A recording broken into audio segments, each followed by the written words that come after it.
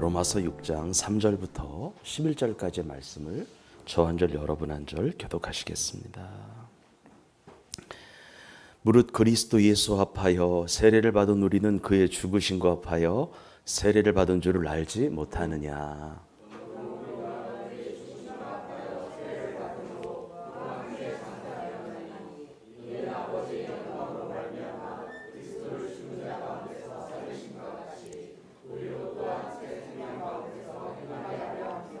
만일 우리가 그의 죽으심과 같은 모양으로 연합한 자가 되었으면 또한 그의 부활과 같은 모양으로 연합한 자도 되리라.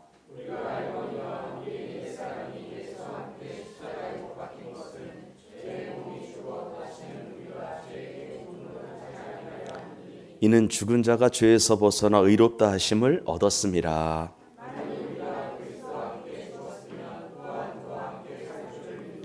이는 그리스도께서 죽은 자 가운데서 살아나셨음에 다시 죽지 아니하시고 사망이 다시 그를 주장하지 못할 줄을 알미로라.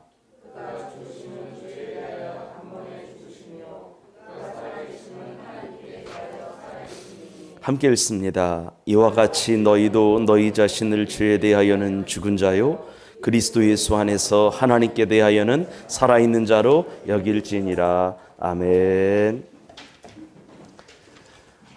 시간이 좀 흘렀는데요. 우리 진행하겠습니다. 이런 제목으로 하나님 말씀을 나눠볼게요. 한번 설교 제목을 읽어볼까요? 시작. 우리가 회개해야 할 죄에 대하여. 부제는 일상에서의 성화라고 하는 부제인데 우리가 회개해야 할 죄에 대하여라고 하는 제목으로 하나님 말씀을 나눠보도록 하겠습니다. 지난주에 우리는 구원받은 자의 삶에 대하여, 구원받은 자는 어떻게 살아야 하는가, 구원받은 이후 우리의 삶은 어떻게 바뀌어야 하는가에 대하여 나눴어요. 좀 다른 말로 하면은 구원받은 이후 우리가 죄를 안 짓는 건 아니잖아요. 근데 구원받은 이후에 우리가 죄를 어떻게 다스려야 되는가, 구원받은 이후에 발생한 죄 문제를 어떻게 처리해 나가야 하는가, 이거 성화적인 측면인데 이 말씀을 나눴습니다. 우리가 예수님을 믿어 구원받는다라고 하는 것은 예수님이 2000년 전에 십자가에 달려 죽으신 것처럼 나 또한 십자가에 달려 영적으로 죽는 것이고요. 옛사람이 죽는 것이고요. 예수님과 같이 나도 땅속에 묻히는 것이고요. 예수님이 십자가에 달려 죽으신 지 3일 만에 다시 부활하신 것처럼 나 또한 부활되어 이전 것은 지나갔으니 보라 새 사람으로 태어나는 것을 구원받았다라고 합니다. 동시에 우리는, 구원받은 우리는 주님의 몸 안으로 귀속이 되죠. 들어가게 되죠. 여러분, 우리가 예수님을 믿음으로 말미암아 하나님으로부터 의롭다, 더 좋은 사람이다, 괜찮은 사람이다, 완전한 사람이다라고 인정받는 일은요, 단순히 법적으로 하나님께서 나를 의롭다 여겨주신 것을 좀 넘어서는 것인데 예수님께서 자기 몸을 통하여 이루신 그 일이, 따라합시다, 내게도 똑같이 전가되는 것이다. 그러니까 이런 거예요. 예수님이 죽을 때 누구도 죽은 거예요? 나도 죽은 거예요. 예수님이 장사될 때 나도 장사되고, 예수님이 죽으신 지 3일 만에 부활하신 것처럼 나도 부활하는 것. 그래서 이전 것은 지나갔으니 보라 새로운 존재가 된 것, 의로운 몸을 힘입은 것, 주님의 지체가 된 것, 주님의 일부분이 된 것, 나는 주님의 소유가 된 것, 나는 하나님 아버지 양자로 입적이 된 것, 나는 너희 하나님이요 너희는 내 백성이라고 하시는 하나님의 언약 안으로 들어가게 된 것, 옛사람은 죽고 새사람으로 태어난 것, 육의 사람이 죽고 영의 사람이 된 것. 따라합시다. 신분의 전환. 믿으시면 아멘 합시다. 이 구원받은 자의 삶이라고 하는 거예요. 그렇기 때문에 예수님과 함께 죽고 예수님과 함께 구원받은 백성은 옛사람이 죽고 주님으로 인하여 새롭게 태어난 자가 되기 때문에, 옛사람은 죽었고 새롭게 태어난 자가 되었기 때문에 죄에 대하여 민감해진다, 안 민감해진다? 민감해진다라고 하는 거예요. 예수님을 믿고 구원을 받으면 예수님이 성령으로 내 안에 중심에 턱하니 자리 잡고 계시기 때문에 늘 주님의 영이 나를 감동하시잖아요. 주님의 영이 나를 말씀하시잖아요. 그러니까 죄에 대한 민감성이 생긴다라고 하는 거예요. 예수의 영이 내 안에 들어오시잖아요. 우리는 주님의 몸 안으로 들어가게 되잖아요. 우리는 주님 인도와 보호를 받게 되잖아요. 그러니까 성령님은 내 안에 영으로 찾아오신 예수님이신데 그 예수님이 나에게 항상 말씀하시잖아요. 조언하시잖아요. 깨닫게 하시잖아요. 그러니까 주의 영의 감동과 주의 영의 말씀이 늘 내 안에 있기 때문에 죄에 대하여 민감성이 생긴다라고 하는 거예요. 죄는 모양이라도 버리려고 하는 노력을 한다라고 하는 거예요. 죄를 지을 것 같은 자리가라고 여겨지는 자리는 간다 안 간다?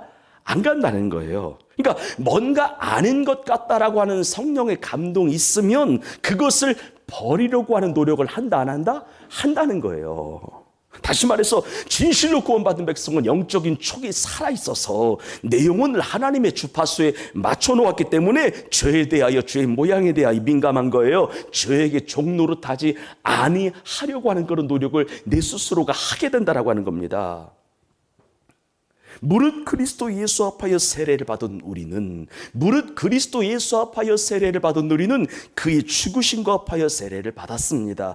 다시 말해서 예수를 믿고 구원받아 하나님의 자녀가 되는 순간 우리의 옛사람이 예수님과 함께 죽음으로 말미암아 죄의 관계에서 죄와는 상관이 없는 자가 된 거예요. 세례받은 것은 예수님의 죽으심과 예수님의 매장당하심과 예수님의 부활하심에 동참하는 건데 우리의 옛사람이 예수님과 함께 죽음으로 말미암아 죄와의 관계에서 이미 죽은 자가 된 것을 믿으시면 하면 합시다. 그래서 진실로 구원받으면 계속해서 죄 가운데 머무는 것은 불가능하다. 진짜 불가능하다라고 하는 거예요. 쉽지 않다. 그렇게 맘 놓고 죄를 저질러도 양심에 가책 하나 안 받기가 어렵다는 거예요. 이런 말씀 드리고 있는 건데 구원받은 자는 따라합시다. 변화가 따라옵니다. 옆 사람을 축복합시다. 변화되셨습니까? 진짜 그래요, 여러분들. 구원받은 자는 변화가 따라온다는 거예요. 구원받기 전과 구원받은 이후에 삶이 달라진다는 거예요. 언행이 달라지잖아요.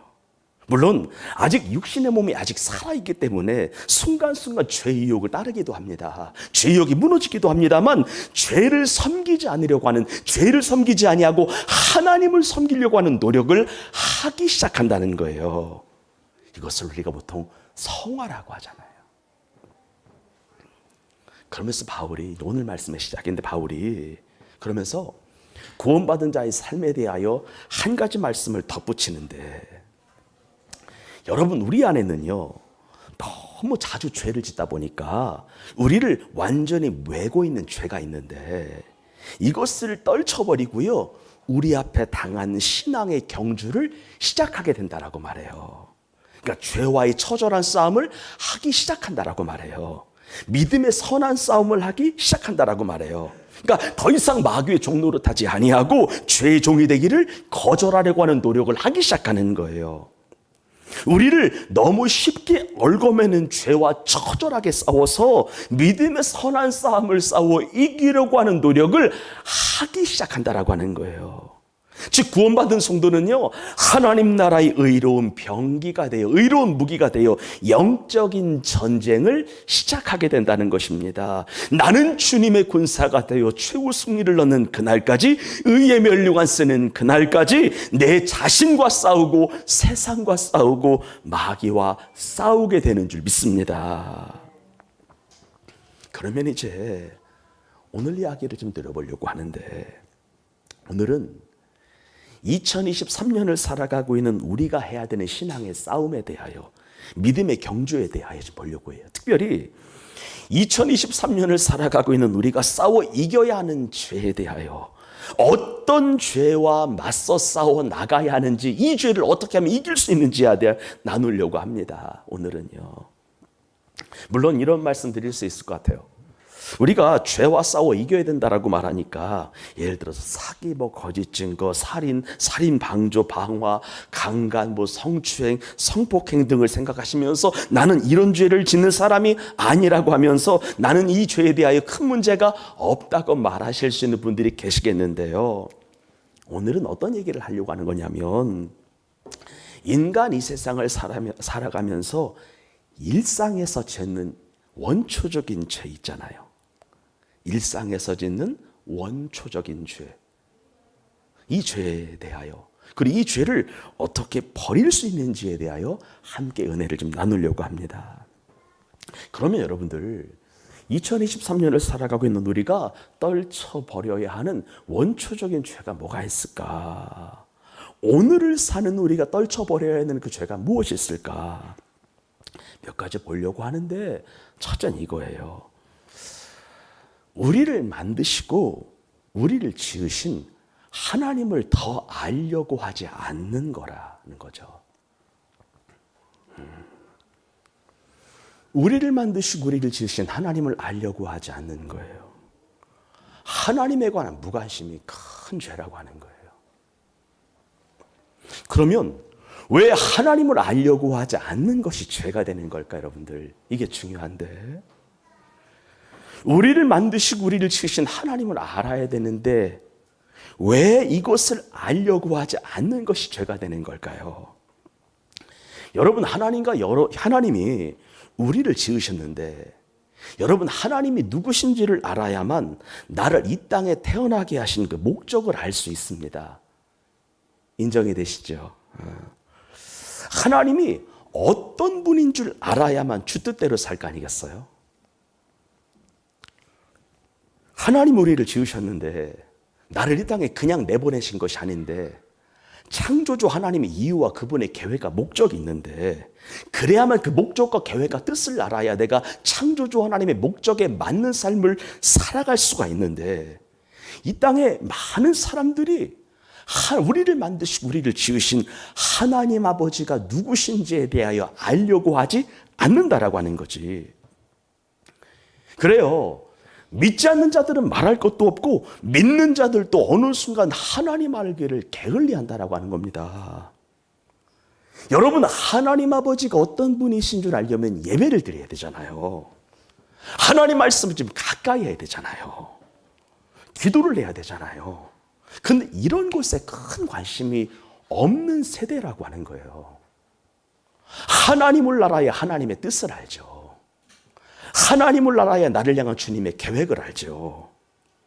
여러분, 잠언 1장 7절 말씀에 여호와 하나님을 경외하는 것이 모든 지혜와 지식의 근본이자 시작이라고 했는데 이 땅에 많은 사람들이 하나님을 잘 알려고 하지 아니하고 하나님에 대하여 연구를 하지 않습니다. 우리가 그렇다는 거예요. 그러다 보니 하나님을 모르다 보니까 하나님을 의식하지 않게 되고 하나님을 의식하지 않다 보니까 하나님을 경외하지 않는 거죠. 여러분, 하나님을 의식해야만 하나님의 뜻대로 올바로 살 수 있는 거 아니겠어요? 하나님이 내 앞에 있다라고 하는 것을 의식해야만, 하나님을 인지해야만 하나님의 뜻대로 올바르게 살아갈 수가 있는 건데 하나님을 의식해야만 내가 하나님을 경외하는 삶을 시작할 수가 있는 건데 하나님을 알려고 하지 않으니까 하나님을 의식할 수도 없고 하나님을 경외할 수도 없다라고 하는 거죠. 그러니까 지금 절대 다수의 그리스도인들조차 하나님에 관한 두려움이 없는 거죠. 하나님을 경외하지 않는 거예요. 의식하지 않으니까. 왜? 하나님을 알려고 하지 않으니까. 하나님을 많이 알아야 많이 의식하지 않겠어요? 많이 의식하려고 하는 삶을 살아가야 하나님을 경외하고 하나님을 두려운 분으로 여기지 않겠어요?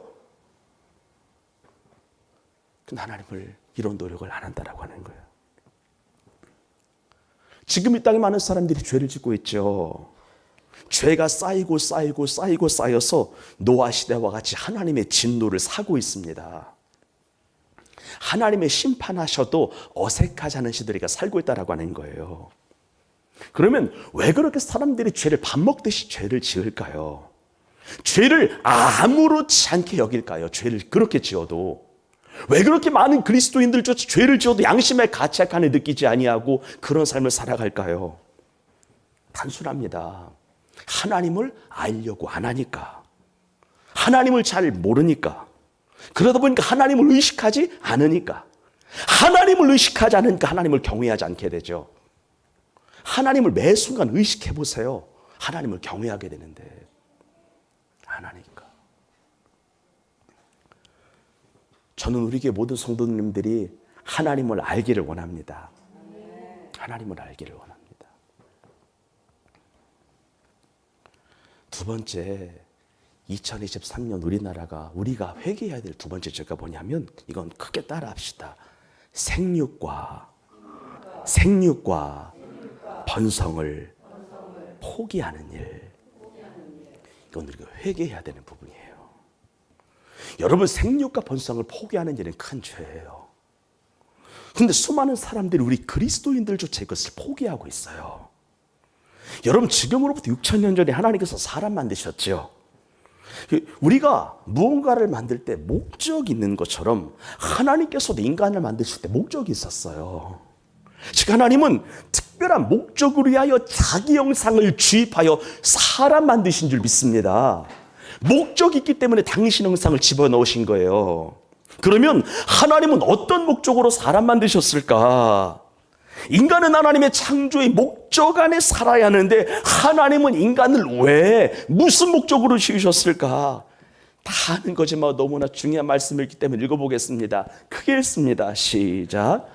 하나님이 이르시되 우리 형상을 따라 우리의 모양대로 우리가 사람을 만들고 그들로 바다의 물고기와 하늘의 새와 가축과 온 땅과 땅에 기는 모든 것을 다스리게 하자 하시고, 27절, 하나님이 자기 형상 곧 하나님의 형상대로 사람을 창조하시되 남자와 여자를 창조하시고, 하나님이 그들에게 복을 주시며 하나님이 그들에게 이르시되 생육하고 번성하여 땅에 뭐하라? 충만하라. 계속 읽어요. 땅을 정복하라. 바다의 물고기와 하늘의 새와 땅에 움직이는 모든 생물을 다스리라 하시니라. 아멘.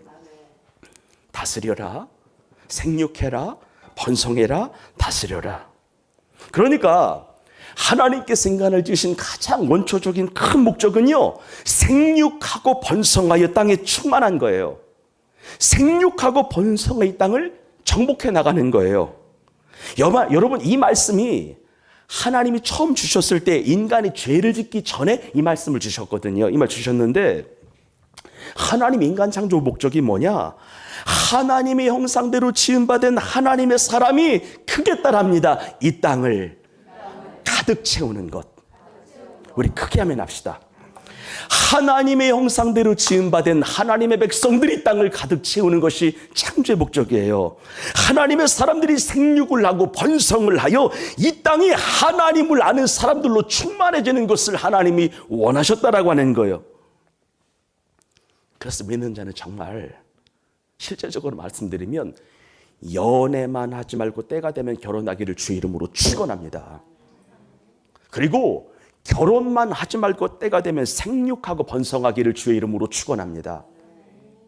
요즘 이런 설교하면 되게 욕먹는 거 아는데 전 해야겠어요. 정말 하나님 목적이에요. 믿는 자는 연애만 하면 안 돼요. 연애 적당히 해야 돼요. 진짜 적당히 해야 돼요. 적당히 하고 하나님의 딱 때가 되면 좋은 남자, 여기서 좋은 남자, 좋은 여자라고 하는 것은 하나님을 아는 남자, 하나님을 아는 여자가 만나서 부부가 되어야 되는 거예요. 부모로부터 이제 나와야 되는 거예요.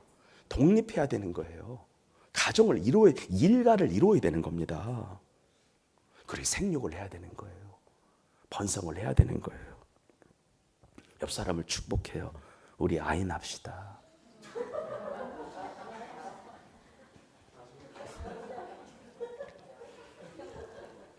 우리 권사님 두 분은 예외입니다. 뭐 신경 안 써도 돼.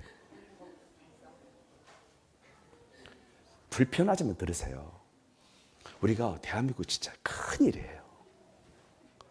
여러분, 말라기 2장 15절을 보게 되면은요, 구원받은 성도들이 결혼하는 목적도 KJV, 킹 제임스 번역 성경을 보니까 하나님을 따르는 씨를 내기 위함이래. 누구를 따르는 씨를 내기 위함이라? 하나님을 따르는 경건한 씨를 내기 위함이래요. 여러분, 믿는 자, 안 믿는 자, 믿는 자, 안 믿는 자가 결혼했을 때, 이 세상에 있을 때 누가 하나님을 따르는 씨를 낼 가능성이 가장 높아요? 믿는 자예요. 하나님이 결혼 왜 하라고 하셨게요? 하나님을 따르는, 하나님을 섬기는 씨를 이 땅 가운데 배출하라고. 그런데 지금 불신자들은 말할 것도 없고 믿는 자들도 결혼을 통한 생육과 번성을 안 하려고 해요.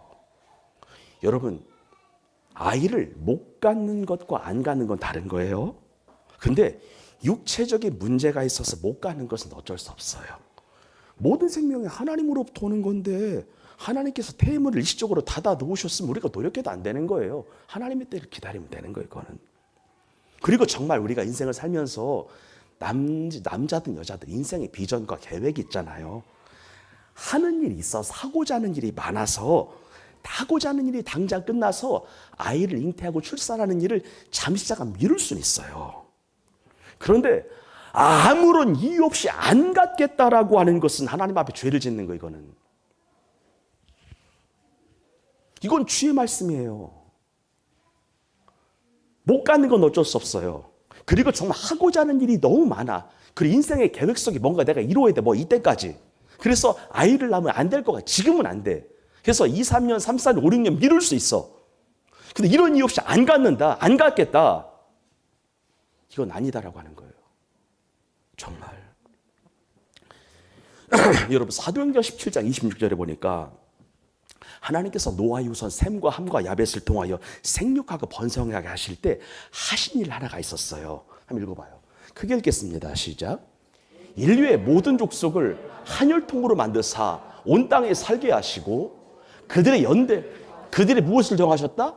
연대를 정하시고 그 다음이요. 시작. 거주의 경계를 한정하셨으니. 무슨 말이냐면 이런 거예요. 하나님께서는 사람의 혈통에 따라, 인종에 따라, 문화에 따라서 사람이 살 수 있는 거주지를 지정해 주셨어요. 지금 5대양 몇 대주예요? 6대주예요. 아프리카에 살아야 되는 사람은 아프리카에 살아야 돼요.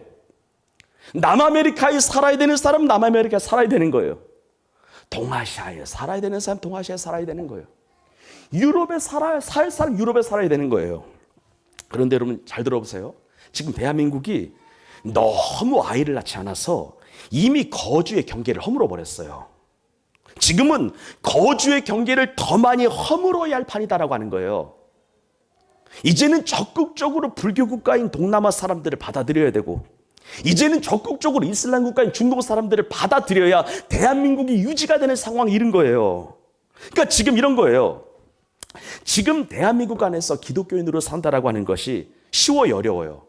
난 어려운 것 같거든요. 우리만 딴소리 하잖아. 어려운데 생각해 보세요. 점점 이 땅이 하나님을 모르는 사람으로, 하나님을 부인하는 사람으로, 하나님이 싫어하는 사람으로 채워진다라고 생각해 보세요. 이건 문제가 된다니까. 하나님 반드시 말씀하셨어요. 거주의 경계를 한정하셨다고. 그런데 우리는 지금 너무 인구가 줄어가니까요. 거주의 경계를 빨리 허물어야 돼, 우리나라는.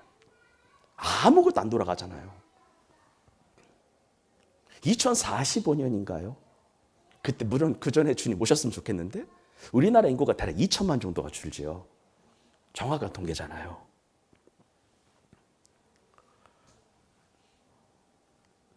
전 이 말씀 생각할 때마다 많은 생각을 하거든요. 아, 거주의 경계를 우리가 허물고 있네. 그러니까 하나님을 안 믿는 백성들을 받아들이자 이 땅에 뭐 공장이든 병원이든 뭐가 안 돌아가는 상황이 오고 있는 겁니다. 점점. 여러분, 우리나라보다 한 발 앞서 인구 감소를 겪는 나라가 일본이잖아요. 일본을 통해 우리가 미래를 예측하잖아요. 거의 정해진 미래잖아요.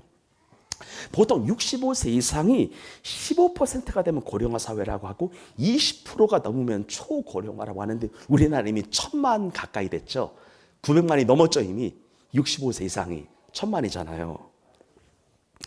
제가 지난주에 얘기했었는데 2016년도에 일본의 성인 기저귀 판매량이 아이들 영유아 기저귀 판매량을 능가한 거 아시죠? 어른 기저귀가 더 많이 팔리는 상황인 거예요. 지금 일본의 상당수의 초등학교가 다 간병시설로 바뀌었습니다.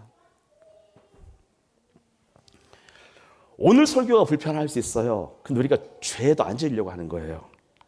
여러분, 생육하고 번성하여 땅을 다스리는 거, 정복하는 거, 이것은 하나님의 원초적인 창조 목적이라고 하는 것을 기억하고, 이것을 포기하는 것은 죄라고 하는 것을 기억하고, 이 죄와 싸워 이기는 성도가 되기를 주의 이름으로 축원합니다.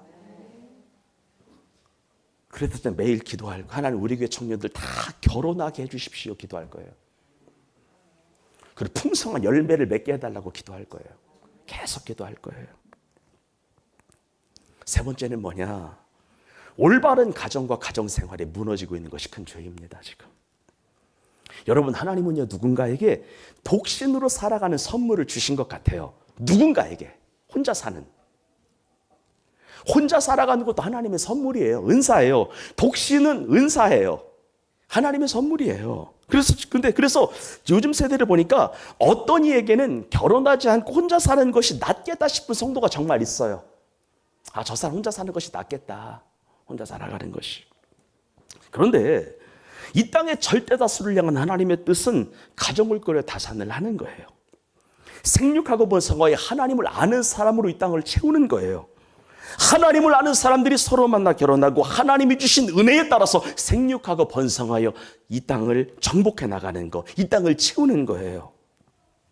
그런데 여러분들, 하나님의 사람들이 서로 만나 결혼하고 생육과 번성을 통하여 가정을 꾸렸다라고 해서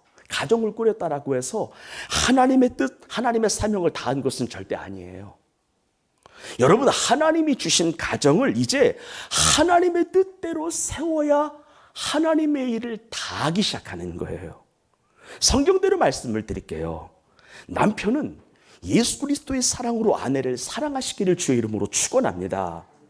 이거 하야 되는 거예요. 이거 하지 않으면 죄인 거예요. 아내는 남편을 존중하고 순종해줘야 되는 거예요. 남편은 그리스도 예수의 사랑으로 아내를 사랑해야 돼요. 아내는 남편의 말에 순종해줘야, 존경해야 돼요. 그리고 정말 부모는 자기 자식을 따라합시다. 주님의 사랑과 훈계로 양육하라. 여러분, 사랑만 하지 않으셨으면 좋겠어요? 훈계하시기를 주의 이름으로 축복합니다. 아이가 엇나가는데 여러분, 아이에게 쩔쩔매지 않는 부모가 되기를 주의 이름으로 축복합니다. 부모의 말을 당연히 들어야지. 자식이라면. 자식이 잘못된 길로 가는데 오냐오냐면 안 된다라고 하는 거예요. 그리고 자녀는 부모의 말에 순종해야 되는 거예요. 부모가 하라는 것 해야 되는 거예요. 하지 말라는 것 하지 않는 거예요. 그래서 지금 우리 교회 안에, 우리 교회 가정 안에서 이것이 제대로 이루어지지 않고 있거나 전혀 이루어지지 않고 있다면 회개해야 되고 다시금 가정 안에 주의 뜻을 이루려고 노력하시기를 주의 이름으로 축원합니다. 네 번째는 한번 따라해요. 열심히 수고하여 땀 흘려 일하지 않는 거. 이거 회개해야 돼요, 우리나라. 열심히 수고하여 땀 흘려 일하지 않는 거. 여러분, 하나님 인간을 창조하시면서 인간에게 부과한 한 가지가 있어요. 무엇을 부과하셨을까? 한번 읽어보겠습니다. 크게 읽어요. 시작. 내가 뭐 할 때까지? 흙으로 돌아갈 때까지, 뭐 할 때까지란 얘기예요? 죽을 때, 죽기 전. 그 다음에 시작. 얼굴에 땀을 흘려야 먹을 것을 먹을. 끝까지 읽어요. 시작. 내가 그것에서 취함을 얻었음이라. 너는 흙이니 흙으로 돌아갈 것이니라. 아멘. 바로 열심히 수고하여 땀 흘려 생계를 마련하는 거예요. 열심히 수고하여 땀 흘려 공부를 하거나, 열심히 수고하여 땀 흘려 농사를 짓거나, 열심히 수고하여 땀 흘려 운전을 하거나 노동을 하는 거예요. 특별히 우리 형제분들, 한 가정을 책임지는 남자는 절대 게으름을 피우면 안 될 줄 믿습니다. 우리 교회 성도들 빼고요. 다 열심히 사시는 거 아니까. 정말 가장의 역할이 좀 중요하다는 거예요. 가장은 놀면 안 된다. 해야 된다는 거예요. 여러분, 하나님께서는 이 사회를 바꾸라고 우리를 남겨놓으셨어요. 뭐 하라고? 바꿔놓으라고. 하나님을 따르고 하나님을 섬기는 사람이 이 땅을 정복하여 그 사람도 하나님을 따르고 하나님을 섬기게 하라고 우리를 남겨놓으신 거예요. 그런데 그리스도인들이 이 땅을 거룩한 하나님의 나라로 바꾸고 싶으면, 세상 나라를 하나님이 통치하시는 그 나라로 바꾸고 싶으면 열심히 일해야 돼요. 열심히 일한 것의 종류가 다양할 거예요.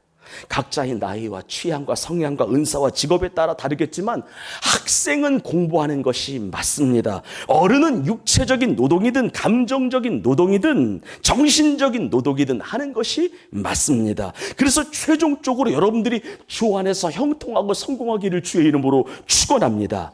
그래야만 여러분의 인생에 하나님께 영광을 돌릴 수 있게 되는 것이고요, 많은 사람들에게 존경과 칭찬을 받는 인생이 되는 거예요. 성경에 나와요. 너 일하기 싫어? 그럼 먹지 마. 바울이 조심스럽게 이런 이야기를 하더라고요. 바울의 권면인데 읽어보겠습니다. 시작. 우리가 너희와 함께 있을 때에도 너희에게 명하기를 누구든지 이러하기 싫어하거든 먹지도 말라 하였더니, 권면을 한 거예요. 사도 바울이 데살로니가 교회에 야 너희들 누구든지 일하기 싫어하거든 먹지도 말게 하라 권면하였더니 11절 시작. 우리가 들은즉 너희 가운데 게으르게 행하여 도무지 일하지 아니하고 일을 만들기만 하는 원문의 찾아볼 빨간 글씨 읽어보겠습니다. 시작. 다른 사람의 일에 간섭하고 참견하느라고 시간 낭비하는 거 있죠. 너나 열심히 사서 이런 거 있잖아. 이런 거.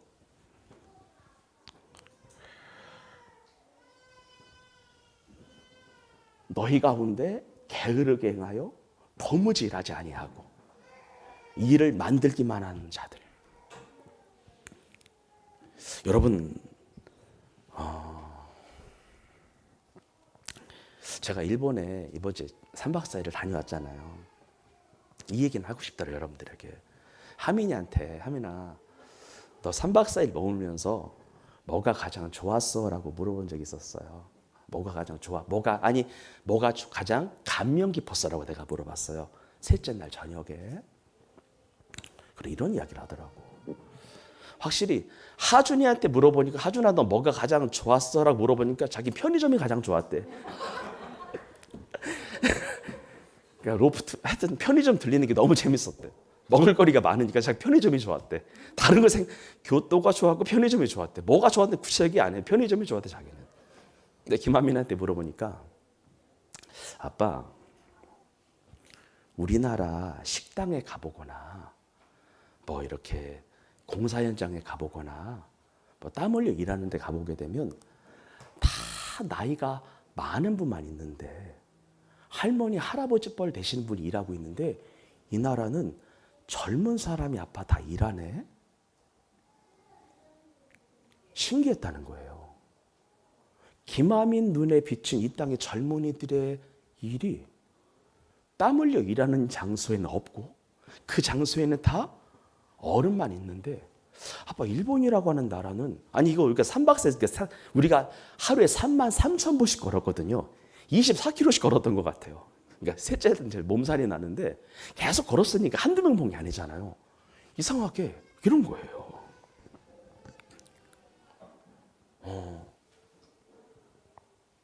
이것을 자연스럽게 생각을 하는 거예요. 그러다 그 일이 옳은 이런 개념이 아닌 거예요. 이해하시기를 바라요. 사고방식이, 여러분 목사 양심으로 이야기할게요. 직업에 귀천 없습니다. 하나님 앞에서 이건 기억하셔야 돼요. 땀 흘려 일하는 일이면 어떻고 의자에 앉아서 일하는 일이면 어때요? 다 일이에요. 이것이 여러분들 죄를 짓는 일이 아니라면 일이에요. 이 땅의 젊은이들이 안 하려고 그래요. 여러분, 저는 지금 아버지가 올해 3, 4월, 5월 안으로 가게를 다 정리하시거든요. 저는 원래 페인트 가업을 물려가 먹고 싶었어요. 지금 아버지가 말씀하시더라고. 아들 하나만 더 있어도 이거 물려줬다고. 일본 사람들은요, 세계 5위권이라고 하는 도쿄대를 나와도 아무개야 우리 우동집 물려봤자 그러면 도쿄대 버리고 오는 애들, 일본 애들이거든요. 아, 그러니까 저런 장인정신이 나오나 싶기도 했던 건데, 그것이 다 잘했다는 건 아니에요. 옳다 이런 개념은 아니에요. 근데 이 땅의 젊은이들이 자산 증식을 통한, 부동산을 통한, 코인을 통한 이것에 너무 목을 매지 않으셨으면 좋겠다는 거예요. 투자하지 말라는 거 아니에요. 주식 공부하지 말라는 거 아니에요. 근데 하나님의 근본 가치가 무엇인 것인가에 관한 우리가 염두를 적어도 그리스도인만큼은 해야 하지 않겠냐라고 하는 겁니다. 공부하는 학생들 얘기 좀 합시다. 학생 신분으로 고등학교 2화 말하는 거예요. 땀 흘려 일하는 것은 여러분들에겐 공부가 맞습니다. 학생 때는요, 알바 아니야. 공부해야 합니다. 정말로 스마트폰에 빠져서 책 안 읽거나 책 읽는 것을 포기하는 거, 이건 하나님 앞에 죄입니다. 이런 얘기하니까 진짜 꼰대 같죠? 책 읽는 것을 포기한다? 그럼 성경 읽기를 포기하겠다는 건데, 이게 무서운 거예요, 여러분들. 책 읽는 것을 포기한다? 성경 읽기를 포기하는 거. 이게 글이잖아, 글. 이거 포기하겠다는 게 여러분들. 이건 우리 회개해야 되는 부분이에요. 정말. 마지막 한 가지만 봅시다. 한번 따라해요. 하나님의 일을 게을리하는 거. 하나님 우리를 만들고 구원하셨습니다. 왜 만드셨어요? 왜 구원하셨을까? 궁극적으로 하나님의 일을 하라고 여러분과 저 구원하신 줄 믿습니다. 하나님의 일을 하라고 여러분과 저 만드신 거예요. 사도 바울의 표현을 빌리자면 구원받으면 이제 내가 아니라 내 속에서 누가 사시는 거예요? 예수님 사시는 거예요. 구원받으면 이제 우리는 주님의 몸 안으로 들어가는 거예요. 주님의 지체가 되는 거예요. 그래서 성도들은 우리의 머리가 되시는 예수님의 인도와 그래요, 좀 좋은 조정을 받기 시작하는 거예요. 그래서 구원받은 성도는 내 취향이 아니라 예수님의 취향으로 바뀌는 거예요. 내 성향이 아니라 주님 마음으로 바뀌기 시작하는 거예요. 인생관이 바뀌어요. 사회관이 바뀌어요. 역사관이 바뀌어요. 여러분, 오늘 새벽에 아침에 기도하는데 하나님이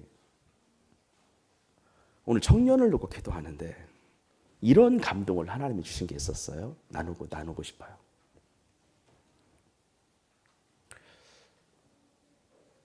내 백성들이 젊은 날에 하나님을 위하여 심은 게 별로 없다는 거야.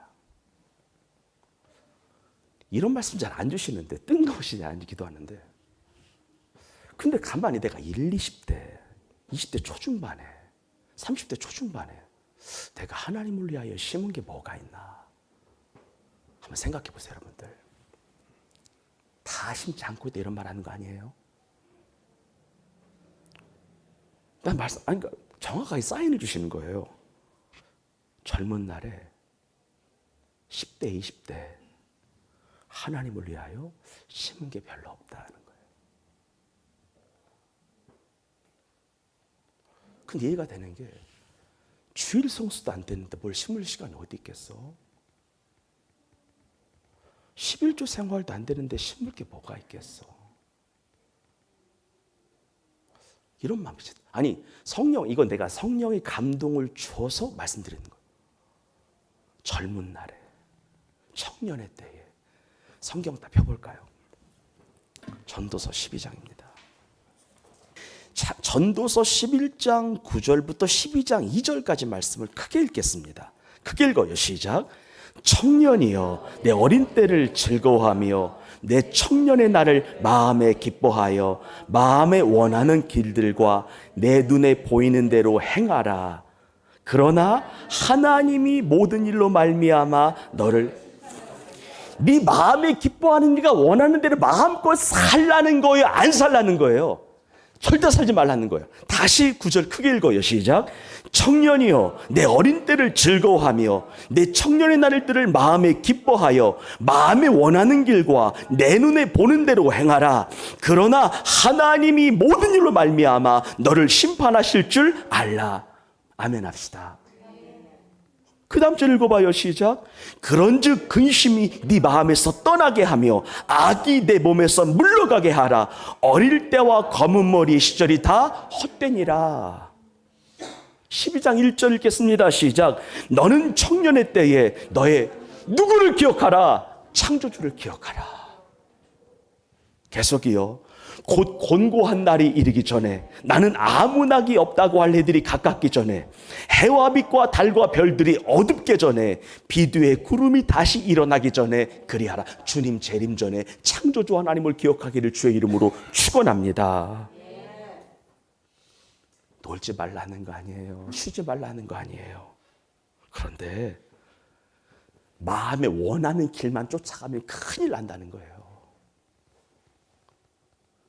여러분, 청년 때 처리하죠. 언제 처리하나? 그 시간은 기도로 뿌리고 물질로 뿌리고 헌신으로 뿌리고 노력으로 뿌리고 공부로 뿌리고 엄청나게 뿌릴 시간이거든. 그래야 40대 때 좀 변하지 않겠어요? 난 그렇게 생각하는데. 여러분, 제가 기도를 해보니까 40중, 물론 60대 목회자에 비해서 젊은 축인데 예전과 같은 그런 파이팅 있는 기도가 덜 나오더라니까. 왜 운동이 필요한 줄 알았어요. 이제는 금식도 힘들어요. 20, 30대가 기회였구나 생각이 정말 드는 겁니다.